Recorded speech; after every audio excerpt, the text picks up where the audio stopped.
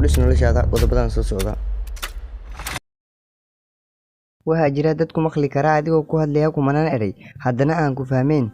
Waxaa jira dad ku fahmaya adigoo hitaa hal eray ku hadlin. Lambar lama, haddii aad ka absan jirtay kelinimada ama ilada, hadda ka abso inay saaxiib kula noqdaan dad xun. Lambar 3, qof kasta qalad ayuu ku sameeyaa nolosha, laakiin taasi macnaheedu maha inay naftooda u gaabaan. Mararka qaar dad wanaagsan ayaa sameynaya doorasho xun.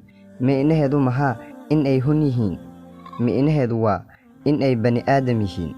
Lambar 4, waxaa jira 5 kelmadood oo muhiim u ah nolosha: caqiido, jacayl, daacadnimo, aaminaad iyo xushmad.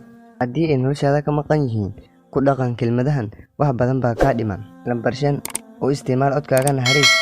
Dhegahaaga waa khayr leh inay maqlaan, gacmahaaga sadaqo, maskaxdaada runta, qalbigaaga jecel, jirkaaga oo dhan cibaado iyo alla ka cabsi. Lambar 6, cabsiga ugu weyn ee dadka ku noolaadaan waa cabsi iyo welwelid wax dadka kale ka aaminsan yihiin. Lambar 7, haddii aad iska hadasho wax badan, waxaad ku celinaysaa wixii aad horey u taqaanay keliya, laakiin haddii aad dhegaysato, waxaad baranaysaa wax cusub. Lambar 8, dadka qaarkii waxay garanayaan magacaaga keliya, ma oga qisadaada.